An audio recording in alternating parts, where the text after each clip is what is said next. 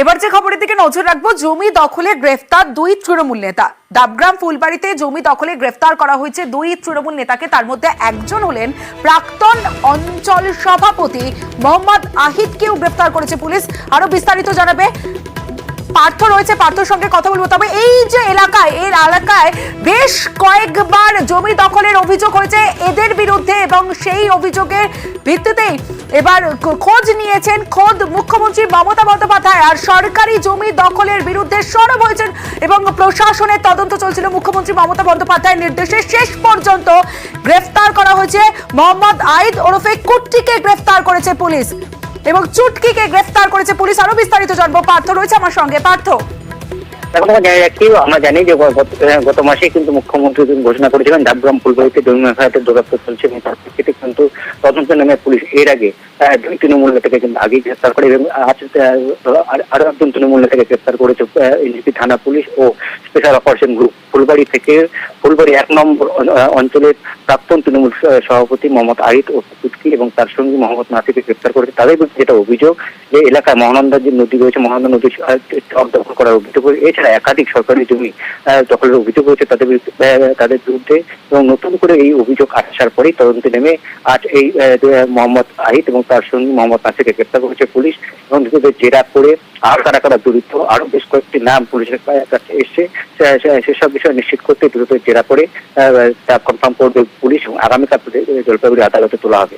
আমরা জানি যে এর আগে এই ডাবগ্রাম ফুলবাড়ির তৃণমূলের সভাপতি দেবাশিস পাওয়ানিকে গ্রেপ্তার করেছিল পুলিশ, এবং পরবর্তী থেকে দল থেকে বহিষ্কার করা হয়, এবং তারপর আরেক তৃণমূল নেতা গৌতম গোস্বামী তাকেও গ্রেপ্তার করে পরবর্তীতে তাকেও দল থেকে বহিষ্কার করা হয়। এবার কিন্তু পুলিশের জালে এলো এই মোহাম্মদ আহিদ ও চুটকি এবং তার সঙ্গে মোহাম্মদ নাসির। ইতিমধ্যে তাদেরকে এনজিপি থানায় নিয়ে আসা হয়েছে, এবং আগামীকাল জলপাইগুড়ি আদালতে তোলা হবে। একাধিক সরকারি জমি দখলের অভিযোগ রয়েছে এই মোহাম্মদ আহিদের বিরুদ্ধে, এবং নতুন করে এই অভিযোগ পাওয়ার পরই তদন্তে নেমে আজ স্পেশাল অপারেশন গ্রুপ এবং এনজিপি থানার পুলিশ এই তৃণমূল নেতাকে গ্রেফতার করেছে। বেশ পার্থ, মুখ্যমন্ত্রী মমতা বন্দ্যোপাধ্যায় তিনি নির্দেশ দিয়েছিলেন এই ধরনের কোনো অভিযোগ আসলে যে কোনো রাজনৈতিক দলেরই নেতা হোক না কেন রেয়াত নয়, এমনকি তৃণমূল কংগ্রেসের নেতা হলেও রেয়াত নয়। আর সেই মতোই যে ছবি আমরা দেখলাম, জমি দখলে গ্রেফতার করা হলো দুই দাপুটে তৃণমূল নেতা মোহাম্মদ আহিদ এবং নাসিরকে।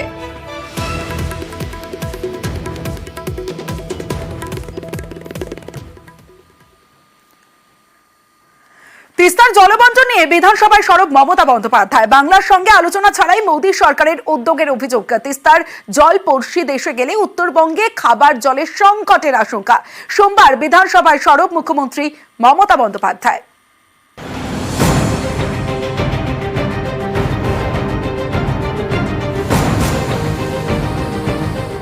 তিস্তার জলবন্টন নিয়ে বরাবর নিজের অবস্থান স্পষ্ট করেছে পশ্চিমবঙ্গ সরকার। রাজ্য সরকারের অভিযোগ, বাংলার সঙ্গে আলোচনা না করেই তিস্তা জলবন্টন চুক্তি নিয়ে এগোতে চাইছে কেন্দ্রের মোদী সরকার। সোমবার বিধানসভায় নিয়ে সরব হন মুখ্যমন্ত্রী মমতা বন্দ্যোপাধ্যায়।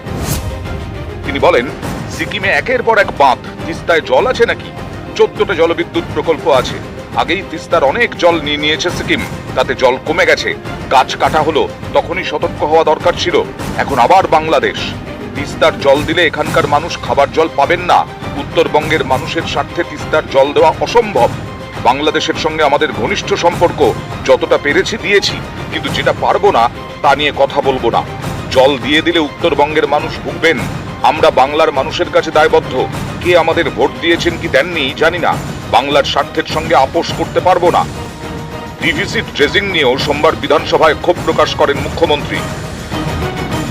নিউজ 18 বাংলা। ভুটানে নদী জলে বিপর্যস্ত হয়ে পড়ে উত্তরবঙ্গের বিস্তীর্ণ এলাকা। উত্তরবঙ্গকে বাঁচাতে ভুটানের সঙ্গে হাত মেলাতে চায় পশ্চিমবঙ্গ। যৌথ রিভার কমিশন তৈরির প্রস্তাব পাশ বিধানসভায়। কেন্দ্রের সঙ্গেও আলোচনা চান মুখ্যমন্ত্রী মমতা বন্দ্যোপাধ্যায়। দিল্লিতে বিধানসভার প্রতিনিধি দল পাঠানোর প্রস্তাব মমতার।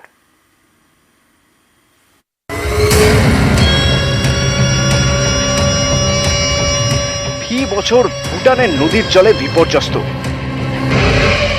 উত্তরবঙ্গকে বাঁচাতে ভুটানের সঙ্গে হাত মেলাতে চায় পশ্চিমবঙ্গ। নীতি আয়োগের বৈঠকের প্রয়োজনীয়তা বুঝিয়েছেন মমতা বন্দ্যোপাধ্যায়। এবার বিধানসভাতেও পথ বাতলে দিলেন মুখ্যমন্ত্রী। এদিন মমতা বন্দ্যোপাধ্যায় বলেন, ভুটান ও সিকিমে বৃষ্টি হলে উত্তরবঙ্গে ক্ষতি হয়, পশ্চিমবঙ্গকে ভুগতে হয়। জলপাইগুড়ি আলিপুরদুয়ার ভেসে যায়। ভুটান থেকে ছাড়া জলে বনভূমি, চা বাগান, কৃষি জমির ক্ষতি হয়। ভুটান থেকে কেন্দ্রকে জানানো হয়, কিন্তু রাজ্যকে জানানো হয় না। ইন্দো ভুটান রিভার কমিশন গঠন করতে হবে, যারা নজরদারি করবে। নীতি আয়োগের বৈঠকে ইন্দো ভুটান নদী কমিশন নিয়ে বিশদে কথা বলে এসেছেন তিনি। সেখানে ভুটান থেকে নেমে আসা জলের বিষয়েও বলেছেন। গোটা বিষয় প্রধানমন্ত্রীর উপস্থিতিতে রেকর্ড করে এসেছেন। বন্যা মোকাবিলায় কেন্দ্রীয় বাজেটে বাংলার প্রতি বঞ্চনার অভিযোগেও সরব হন মমতা বন্দ্যোপাধ্যায়। বন্যা রুখতে বাজেটে বিহার, অসমকে টাকা দেওয়া হলো, বাংলা কিছু পেল না, বিজেপি সরকারকে সেলাম। উত্তরবঙ্গের বন্যা সমস্যা মোকাবিলায় এদিন বিশেষ প্রস্তাব দেন মমতা বন্দ্যোপাধ্যায়। মুখ্যমন্ত্রীর প্রস্তাব, বিধানসভা থেকে প্রতিনিধি দল যাক দিল্লিতে, সেখানে গিয়ে বৈঠক করুক কেন্দ্রীয় সেচ মন্ত্রীর সঙ্গে। এদিন ইন্দো ভুটান যৌথ নদী কমিশন নিয়ে বিধানসভায় প্রস্তাব পাশ হয়। আলোচনার তালিকায় বক্তা হিসেবে নাম ছিল উত্তরবঙ্গের বিধায়ক সুমন কাঞ্জিলালের। এ নিয়ে প্রতিবাদ জানিয়ে ওয়াকআউট করে বিজেপি। বিরোধী দলের যারা যারা নাম লেখা হয়েছে বিজেপি থেকে, সেখানে সুমন কাঞ্জিলালের নাম লেখা হয়েছে কেন?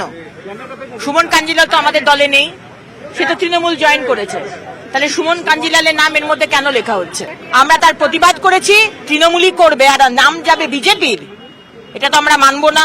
এটা একটা তাদের কৌশল ছিল, সামনে আমাকে রেখে যেভাবে তারা বেরিয়ে গেল, এটা নিশ্চিতভাবে গত 26 তারিখেই বোঝা গিয়েছিল যে এই যে একটা এত বড় জ্বলন্ত সমস্যা যেটাকে আজকে রেজুলেশন আকারে সেদিন নিয়ে আসা হয়েছিল, এটা নিয়ে তারা বিরোধিতা করলেন। জলপাইগুড়ি ও আলিপুরদুয়ারের বিস্তীর্ণ এলাকা ডুয়ার্স হিসেবে পরিচিত। এর উত্তরেই ভারতের প্রতিবেশী দেশ ভুটান। এই ভুটান থেকে একাধিক নদী এসে ঢুকেছে জলপাইগুড়ি ও আলিপুরদুয়ারে। যেমন জলপাইগুড়ির উপর দিয়ে গিয়েছে জলঢাকা, ডায়না, সুকৃতি এবং রেতির মতো নদী। অন্যদিকে আলিপুরদুয়ারের উপর দিয়ে গিয়েছে তোরসা, রায়ডাক, সংকোষ, কালজানি। প্রতি বছর বর্ষার সময় বৃষ্টিতে জলস্ফীতি দেখা যায় ভুটান থেকে নেমে আসা এইসব নদীগুলিতে। জলমগ্ন হয়ে পড়ে ডুয়ার্সের বিস্তীর্ণ এলাকা, বিপাকে পড়েন বহু মানুষ। সবচেয়ে ক্ষতিগ্রস্ত হয় আলিপুরদুয়ারের জয়গাঁও, হ্যামিল্টনগঞ্জ, টোটোপাড়া, ফালাকাটা, জলদাপাড়া জাতীয় উদ্যান, বক্সা ব্যাঘ্র প্রকল্প। অন্যদিকে জল যন্ত্রণা পোহাতে হয় জলপাইগুড়ির টোটগাঁও, ডুয়ার্স, ধূপগুড়িকে।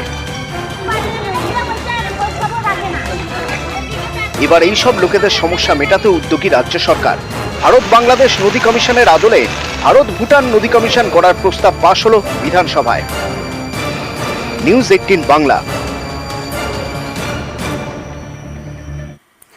নিউজ রুম লাইভে শেষে এবার যে খবর আপনাদের দেখাবো, মানুষ হ্যাক করে প্রতারণা। হ্যাঁ, ঠিকই শুনছেন, বায়োমেট্রিক জাল করে নকল আধার কার্ড, লক্ষ লক্ষ টাকা হাতিয়ে নেওয়ার ছক। আর এই ধরনের সাইবার ক্রাইমের ঘটনায় দেশে প্রথম সাজা ঘোষণা। ইসলামপুর মহকুমা আদালতে দোষী সাব্যস্ত 2 দোষীদের 5 বছরের জেল ও 2.5 লক্ষ টাকা জরিমানা।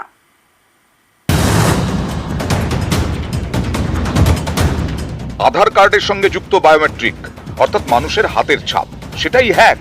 আর এভাবেই লক্ষ লক্ষ টাকার প্রতারণা। বায়োমেট্রিক জাল করে তৈরি নকল আধার কার্ড, তারপর ব্যাংক অ্যাকাউন্ট সাফ। এ ধরনের প্রতারণার ভুরি ভুরি অভিযোগ আছে। সোমবার এমনই এক সাইবার ক্রাইমের সাজা ঘোষণা করল উত্তর দিনাজপুরের ইসলামপুর মহকুমা আদালত।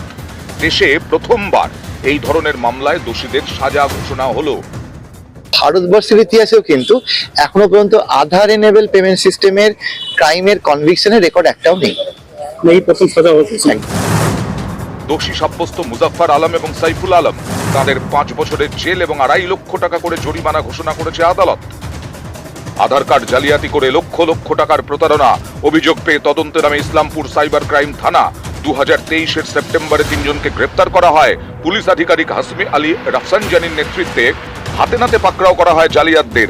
একেবারে তাদের ডেরা থেকে উদ্ধার হয় নকল আধার তৈরির সরঞ্জাম, মোবাইল ফোন, সিম কার্ড, ডেস্কটপ, ফিঙ্গারপ্রিন্ট স্ক্যানার। তদন্তে জানা যায় প্রযুক্তির সাহায্যে জাল বায়োমেট্রিক তৈরি করত ধৃতরা, তারপর তৈরি হতো নকল আধার কার্ড। যারা যারা এই যে আধার অ্যাক্টের পরে আমাদের আধারগুলো বিভিন্ন জায়গায় কানেক্ট করতে বলা হয়েছিল, বহু মানুষ ব্যাংকে আধার কার্ড এনাবেল করেছিল। বায়োমেট্রিক আধারে যেহেতু থাকে, মানে আমাদের আঙুলের ছাপ থাকে, আধার নাম্বার থাকে, এগুলো খুব ইম্পর্টেন্ট ডেটা। তো এগুলো একবার চুরি হয়ে গেলে একটা গোটা মানুষ কিন্তু হ্যাক হয়ে যেতে পারে। একবার আধার কার্ড হ্যাক করতে পারলেই কেল্লাফাতে। গ্রাহকের অজান্তেই ব্যাংক অ্যাকাউন্ট সাফ। ব্যাংক থেকে মোবাইল সবকিছুতেই তো এখন আধার লিঙ্ক করা। এই সুযোগটাই কাজে লাগায় প্রতারকরা। তো এরা ওই মানুষের স্ক্যান কপিগুলোকে ডাউনলোড করতো অফিসিয়াল গভর্নমেন্ট ওয়েবসাইট থেকে। দলিলগুলোর মধ্যে যে আঙুলের ছাপগুলো ছিল সেগুলো এরা ফটোশপ দিয়ে আরো লার্জার ডেভেলপ করতো, করে ট্রেসিং পেপারের মধ্যে ওগুলোকে নিত, নিয়ে তারপর ওর উপরে বিভিন্ন রকমের কেমিক্যাল, স্পেশালি পলিমার টাইপের কেমিক্যাল ফেলে ওরা কতগুলো সিট তৈরি করতো ছোট ছোট। এরা তারপর এই বায়োমেট্রিকটা যখন মানুষের পেয়ে যেত তখন আপনি আমি আমাদের অজান্তে আমাদেরই আঙুলের ছাপটা বিভিন্ন অ্যাপে অ্যাপ্লাই করে এবং আধার নাম্বার দিয়ে ওরা ব্যাংকে অ্যাক্সেস নিত এবং তারপর সেই ব্যাংকগুলো থেকে টাকাগুলো তুলে নিত। কষ্টের টাকা গায়েব, অনেক ক্ষেত্রেই অপরাধীদের নাগাল পাওয়া যেত না, সেখানেও ছিল প্রযুক্তির কারসাজি। যদিও এক্ষেত্রে ছোট্ট ভুলে ধরা পড়ে যায় জালিয়াতরা। এরা একটা ভুল করে ফেলেছিল, সেটা হচ্ছে কি এরা এই টাকাটা ফ্রডুলেন্টলি বিভিন্ন মানুষের থেকে কালেক্ট করার পর সেইটা ওরা হুগলির এক ভদ্রমহিলার ডিটেলস কালেক্ট করে, সেও একটা রেজিস্ট্রি করেছিল ঘটনার কদিন আগে, তার রেজিস্ট্রি অফিসের ছবি দলিল এভরিথিং থেকে দুটো অ্যাকাউন্ট তৈরি করেছিল ভদ্রমহিলার নামে। একটা অ্যাকাউন্ট থেকে যখন আরেকটা অ্যাকাউন্ট ট্রান্সফার করতে গেছে তখন ওরা জিপিএস এমুলেটরটাকে কিন্তু অফ করে রেখেছিল, যার ফলে ওদের এক্সাক্ট ওই ট্রানজাকশনের লোকেশন কিন্তু টিওতে ধরা পড়ছে। এবছরের জানুয়ারি থেকে ইসলামপুর মহকুমা আদালতে এই মামলার ট্রায়াল শুরু হয়। সোমবার সাজা ঘোষণা করে ইসলামপুর মহকুমা আদালত। ধৃত 3 জনের মধ্যে একজন নাবালক। জুভেনাইল কোর্টে তার বিচার চলছে। ইসলামপুর থেকে চঞ্চল মোদক, নিউজ 18 বাংলা।